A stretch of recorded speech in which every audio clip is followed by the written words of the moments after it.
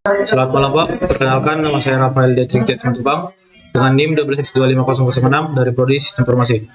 Baik Pak, sekarang di sini saya akan menjelaskan mind map yang kami buat dari kelompok 3 tentang legal privacy dan ethical issue in computer security. Yang dimana mind map ini kami buat untuk memberikan edukasi tentang pentingnya keamanan legal privacy dan ethical issue in computer security, demi keamanan data-data kita dan untuk keamanan kita di masa depan. Nah, jadi Pak, sekarang kita di sini akan ada beberapa bab seperti aspek perlindungan keamanan komputer, kekayaan intelektual, kejahatan komputer, kontrol dan edukasi, dan kriptografi dan hukum. Nah, jadi Pak, sekarang saya akan menjelaskan sub-bab yang ada dari setiap bab-bab ini. Baik Pak, jadi sekarang saya akan menjelaskan untuk bab yang pertama, yang dimana bab pertama itu adalah aspek perlindungan keamanan komputer. Yang dimana di sini akan ada terdiri dari melindungi sistem dari malware, hacking, dan akses legal.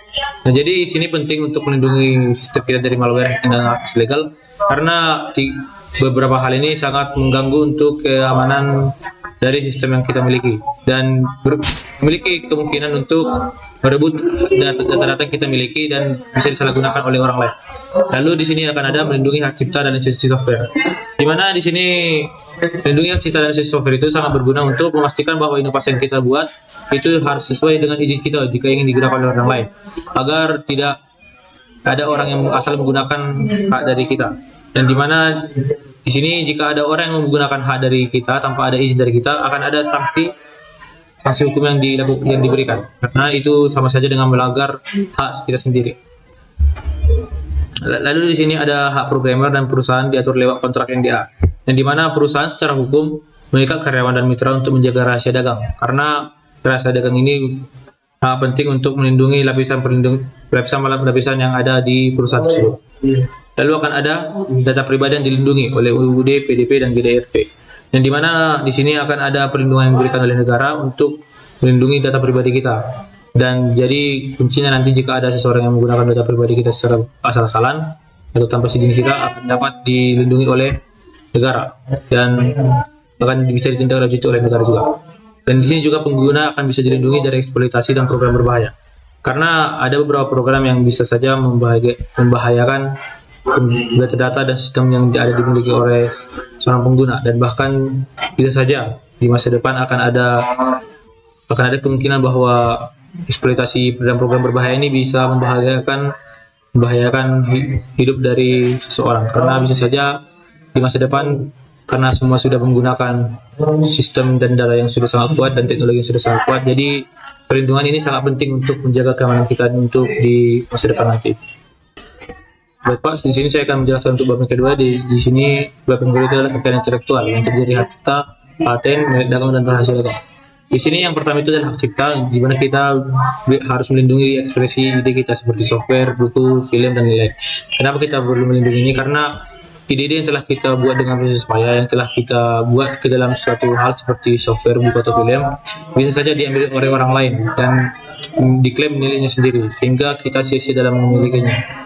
Dan bisa saja untuk hal yang kita buat itu disalahgunakan dan bisa diacak-acak oleh orang yang lain tanpa bertanggung jawab.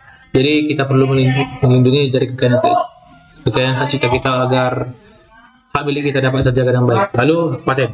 Di sini paten memberikan hak eksklusif kepada penemu atas proses dan investasi nyata. Yang dimana di sini dalam teknologi untuk hal-hal yang baru, inovasi yang baru kita buat, kita bisa memiliki hak paten dari hal tersebut karena kita sudah bersusah payah dalam membuatnya, jadi kita bisa memiliki hak patennya. Lalu di sini ada merek dagang, di mana identitas produk seperti nama dan logo. Kenapa ini perlu dilindungi? Karena kembali lagi, jika seandainya kita sudah bersusah payah dalam membuat nama dan logo untuk perusahaan kita, bisa saja itu diambil orang lain untuk kepentingan sendiri juga dengan meniru nama dan logonya, sehingga kita bisa saja mengalami kerugian besar karena nama dan logo ini bisa menjadi identitas dari perusahaan kita sendiri. Lalu rahasia dagang. Di sini ada informasi rahasia dan rahasia perusahaan seperti kode atau formulanya.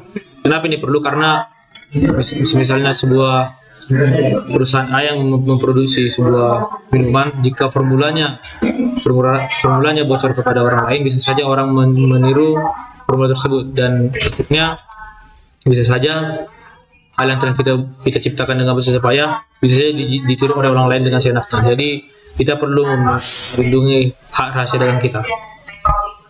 Lalu sekarang kita akan masuk ke kejahatan komputer yang sulit ditangani seperti bukti digital, kompleksitas bidang hukum negara. Nah, di sini kita akan membahas masalah dari yurisdiksi pembuktian dan kerangka hukum yang tidak penyalahgunaan teknologi. Untuk tantangan yang ada itu seperti kejahatan komputer yang sulit ditangani karena melibatkan bukti digital yang rentan dimanipulasi atau dihapus. Selain itu, sifat global internet menyebabkan pelaku dan korban sering berada di berbagai negara, menimbulkan tantangan yurisdiksi dan membuat penegak hukum lintas batas menjadi sangat kompleks. Dan juga untuk bentuk ancaman itu seperti modifikasi data dan pencurian data. Dan untuk kejahatan komputer sendiri ini sudah ada kerangka hukum yang menangannya seperti UU ITE, Undang-Undang PDP Indonesia, CFAA atau DMCA milik Amerika Serikat. Sehingga untuk kejahatan komputer ini jika seandainya terjadi sudah bisa ditindaklanjuti oleh negara untuk melindungi hak milik kita agar tidak terjadi kesalahan yang serupa dan keadaan yang serupa di masa depannya. Jadi kejahatan komputer ini sudah bisa dilindungi oleh negara, baik itu Indonesia, Amerika Serikat ataupun negara lain. Lalu Pak, di sini kita akan masuk ke bab yang selanjutnya, itu adalah kontrol dan edukasi. Di mana kontrol dan edukasi ini sangat penting untuk membangun budaya keamanan dalam organisasi teknologi dan mengakui bahwa teknologi saja tidak cukup untuk dilindungi secara asal dan harus ada kontrol dan edukasi yang berkelanjutan. Seperti keamanan dan proses kelanjutan, edukasi penting untuk mencegah serangan. Jadi kita di sini perlu diedukasi untuk mencegah serangan-serangan cyber yang ada, karena serangan cyber ini sangat berbahaya. Jadi kita harus diedukasi agar dapat melindungi data kita sendiri dari serangan cyber. Lalu ada organisasi wajib yang punya kebijakan dan praktik keamanan.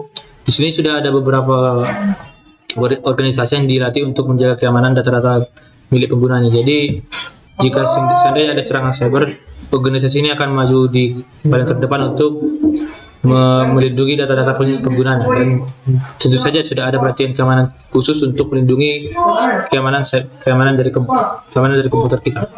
Lalu di sini dibuat adalah manusia adalah mata rantai terlemah.